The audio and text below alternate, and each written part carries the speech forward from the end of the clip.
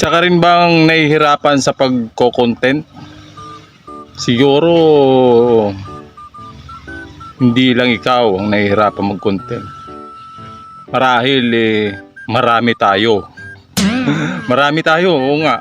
At hindi naman basta-basta madali mag-content, di ba? Ang hirap nga eh. Minsan naiisip natin sa isang araw kumbaga nagiging ano tayo mapag-isip Di natin alam kung anong i-content, di ba? Na-experience nyo ba yun? Marahil hindi lang ako nag-iisa, kundi marami tayo, di ba? Ano, aminin nyo. Stop it. Get some help. Mahirap talaga mag-content creator at mahirap naman talagang tumanggi sa pagiging content creator dahil siyempre, inumpisa na natin At dapat pangatawanan natin, di ba?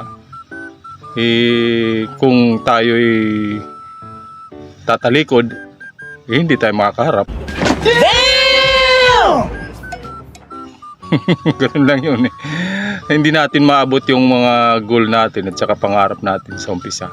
Kaya minsan may experience natin, makikita natin kahit lang sa mga simpleng bagay, di ba, kino-content na natin. Kahit nga pagluto ng itlog kino-content na natin Oh my God! Wow! Hindi tayo nag-iisa, marami tayo mga kapar.